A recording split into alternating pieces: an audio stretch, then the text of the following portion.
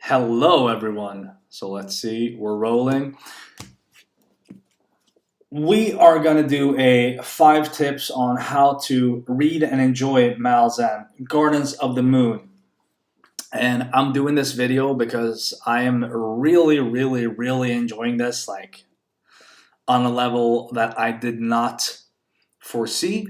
And I'm also doing some things differently, so that's why I want to share that. But before I start with the video, I want to say something, and that is that I made a previous video. That was the first video on this channel, just ranting about how good Malazan is, basically, and that you should not be afraid of it. And the response has been, for me, overwhelmingly positive. I got a lot of subscribers. I got a lot of great comments. People are so awesome and so cool in this community, and I noticed that on the Facebook page too. There's a Malazan Facebook page. So I just want to say thank you to each and every one of you who subscribed, who liked the video, who commented, who engaged. It just feels great, and it just makes me feel encouraged to just keep being myself. And so I really enjoyed that, and I really appreciate you guys, and that's probably why I'm going to do more videos. And before I start with this video, I'm also going to tell you that I'm making a promise to you based on your response on the previous video. So I am making a promise that I am going to review this book chapter by chapter. No, book by book. So it's like sections, because there are 7 books in the Gardens of the Moon book. So I'm going to review them probably every week. So I'm making that pledge for you here. I'm swearing that oath, and that is from gratitude and also from, the encouragement that I got from you guys, because I feel like there is a positive community out there. I already got like 17 subscribers. So only for you guys, that would be worth it to do. If I have 17 people tuning in, wanting to know how it's going, the progress with my reading, and maybe you even want to do a read along with me. So I'm going to start from next week probably and do the first book in this book, which is about 160 pages, called Pale. So if you're down for that, in 1 week's time, tune in, and I'll have a little review, and I'll go through it and summarize it, tell you what I think this far in the book. So that was my little intro, and just wanted to give you guys gratitude. Thank you. So getting into the 5 tips to reading this, because I think I have some things that I do that are specific that might help you enjoy reading Malazan even more and make it easier. So let's check my notes here. Tip number 1, read only Malazan. Because only read this. If you're an avid reader, you want to read other stuff, do what you want, but I think the best way to enjoy this is to only focus on Malazan, because there are so many threads, there's so much happening and so many characters that it's like reading different books already, but they're all connected. So that's my tip. I'm only reading this. I'm only focusing on this, nothing else, because that would interrupt me. I even stopped gaming. So I was playing the Elden Ring DLC because I love gaming and like those kind of games. And I just haven't touched my PlayStation because I'm so into this world. So pros and cons with that. I enjoy gaming, but I just can't. I just can't let this go. And that's increased my enjoyment, even if I miss gaming a little bit. So that's my first tip. Only focus on reading Malazan, and don't read anything else. And it will help with the immersion, and it will make it feel real and alive, because it is, if you give it a chance. Tip number 2. Now this one is a little bit specific, maybe, and you might be a little bit scared, but we'll get there. Just having some coffee. So tip number 2 is to use the index and glossary, but in a specific way that I have done. So at the start of the book, there are some maps. There's some maps, and then there's a character index and glossary. So the character index is here in the beginning, and the glossary is at the end. And the glossary has like names, terms of different peoples and places and gods, etc. But the way I use this is I make marks. So I have a 1 mark for when something has been mentioned. If a character is mentioned, I make a specific kind of mark. I make a line. I draw a line under the name. And if I meet a character, if I actually see them and interact with them in the story, like live, I make a check mark. So you can see here, check mark on these. And for example, this one has an underline. Boom. Not going to show too much to spoil. I also made some notes, as you might be able to see, but just don't look at it too closely. I do some notes, like if something important is mentioned, I write a very short note and then the page number. So that's how I use the index and glossary, and it really helps me because it's kind of like it kind of becomes like a bingo, because now I've marked almost all the characters and I know, like, okay, I got most of the cast. Either I've seen them or someone's mentioned them, or somehow they have been mentioned. And that feels really good. It feels like a video game or accomplishment for me. And I just enjoy that because I'm also interacting with the glossary and index. And kind of the same with the glossary here, because there are different races and different peoples and also different warrens. And warrens are like worlds of sorcery or realms where you can open a warren of, like, say if you have the warren of fire, you can kind of open it and use it to use fire magic. Oh, there's actually no warren of fire. Light. Let's say light. You can also travel through warrens. So they're kind of complicated. I don't know much about them, but this will just help you get some structure to the chaos that maybe the story might be if you're not used to it. Some gods, just if they're mentioned, I just like, yeah, this god was mentioned. Someone just used their name, like, exclamation or something. So I really enjoyed doing that. So tip number 2. Use the index and glossary by marking it when you encounter something. It's real fun. I enjoyed it. So that's 2 tips this far. Let's go to tip number 3. This one is even a bit more complicated, but it didn't take that much time. So tip number 3 is to make a mind map of the characters. And I only had to do this for the first 2 books in Gardens of the Moon, meaning the first, I would say, 250 pages, because they're like different set pieces that have sets of characters. And when you're done with those, you covered most of the characters in the book, which is also a good reason to use the index, because I knew by then, like, okay, most characters are introduced now. So this is what it looks like. I just write down the name of a character, some info, and I make a circle around it, and then I connect it to other characters. Not to spoil too much, but this is what it looks like. And every circle is an important character. And then I just, make connections. Like this character stabbed this character, or this character commands this character likes this character, whatever. So just a tip. Yeah. Not going to show it too close to spoil anything, but this is for the first book, the first 160 pages, and this is for the second book.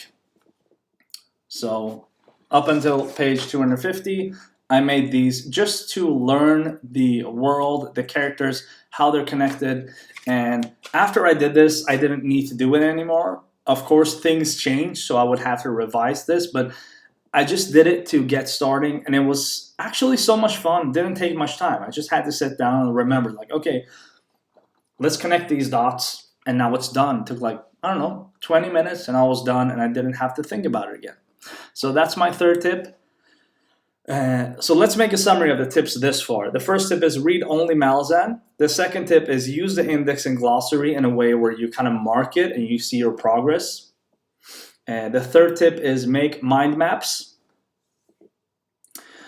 My fourth, I'm understanding that my tips are maybe not that accessible, so maybe you think I'm crazy or something, but I'm just being me and sharing what works for me. Tip number 4, and this requires some time. And tip number 4 is to use the audiobook after you've read a certain section. So in my case, if I read, let's say, if I read for a couple of days, I don't read that quick. So if I read 50 pages, after that, I listen to the audiobook. So I have Audible, and I re-listen to the part that I just read. So first I read it in the book, and then I listen to it in the audiobook. And the cons of the audiobook is, if you ask me, I wish someone else would have read it, but we don't have options, it seems like, on the market.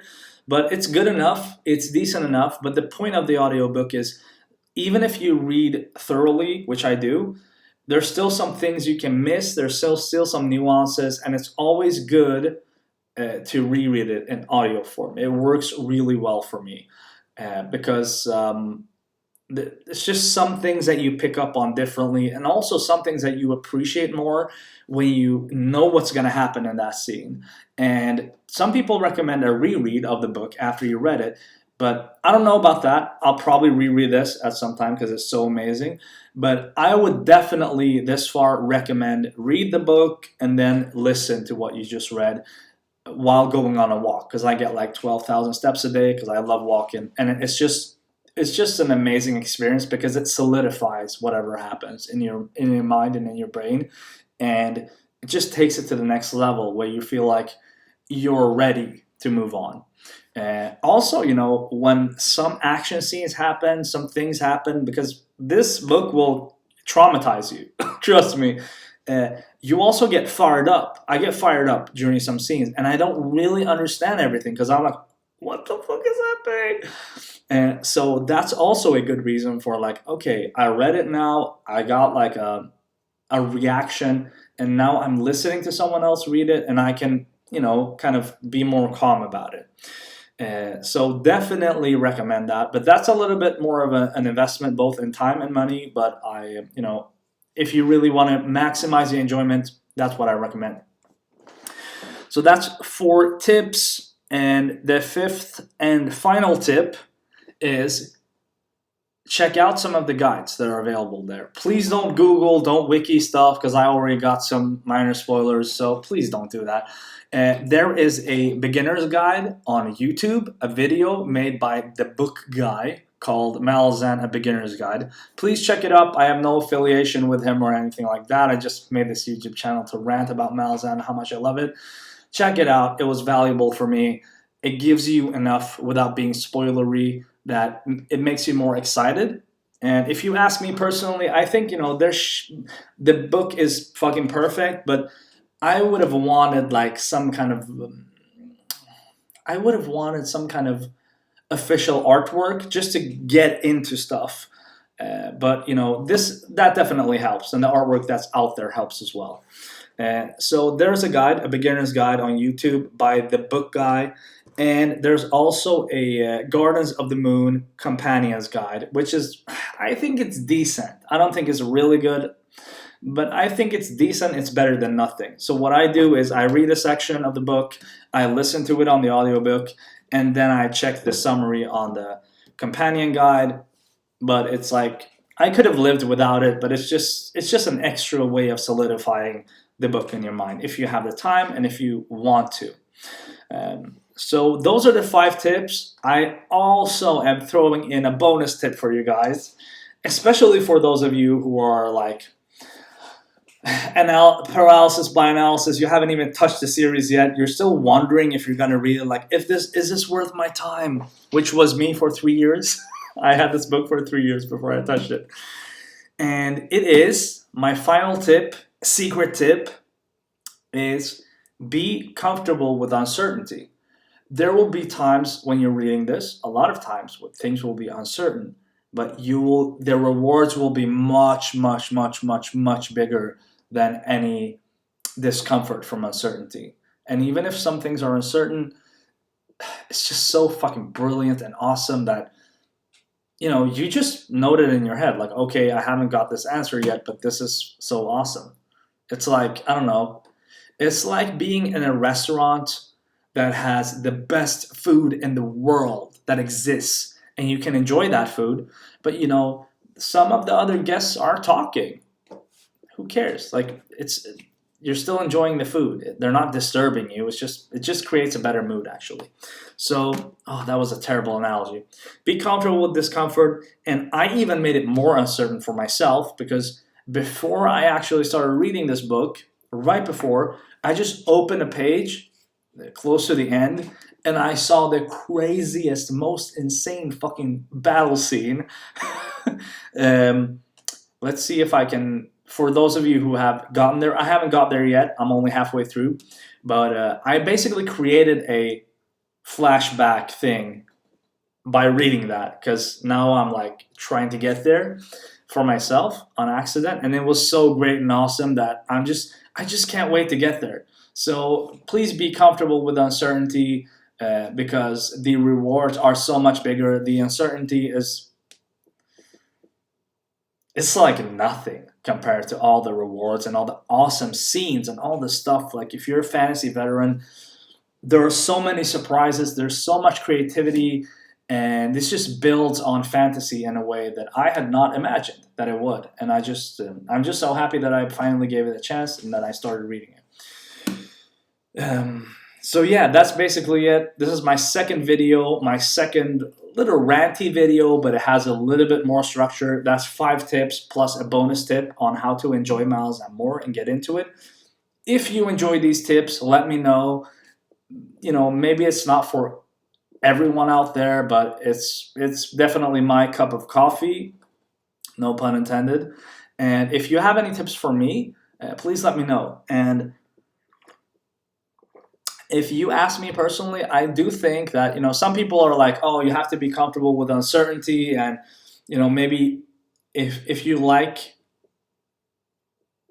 order, maybe you don't like this series because you're supposed to just let go and go with the flow. But I would actually argue that a person that enjoys order and organizing things, because I'm kind of like that. I got my shit together. I like training and, you know, tracking what I eat, and I'm serious with my sleep and food and training. Those kind of people that are a little bit OCD but actually enjoy it, I think those kind of people will enjoy Malazan more, because all of the chaos and all of the question marks, when you create some kind of organized structure and some kind of order from that chaos, that's when it becomes enjoyable. Because if you look at all of my tips, it is about creating more order out of this chaos. And it has made it much more enjoyable for me to read the book. And I've never read anything like this, because, you know, all the other books that I've read have been kind of like, you know, you just pick it up and read it. It's fun and entertaining, but you actually have to invest in this series and study it to get the most of it, in my opinion. And I am really enjoying the journey. It feels like, kind of feels like playing a really good video game, but it's all story. And maybe that's why I stopped playing Elden Ring for the time being, because this just satisfies me in every way. So, can't say enough. Yeah, I think, like the last video, you can feel my enthusiasm. So Rant is long overdue, and tune in, because I'm going to do summary review of each section of this book, starting from the next video, which will probably come, let's say, maybe at the end of this week or next week. So stay tuned for that. And once again, thank you everyone who tuned in for the channel, for the first video, everyone who liked, subscribed, commented, really appreciate it. And I'll talk to you soon.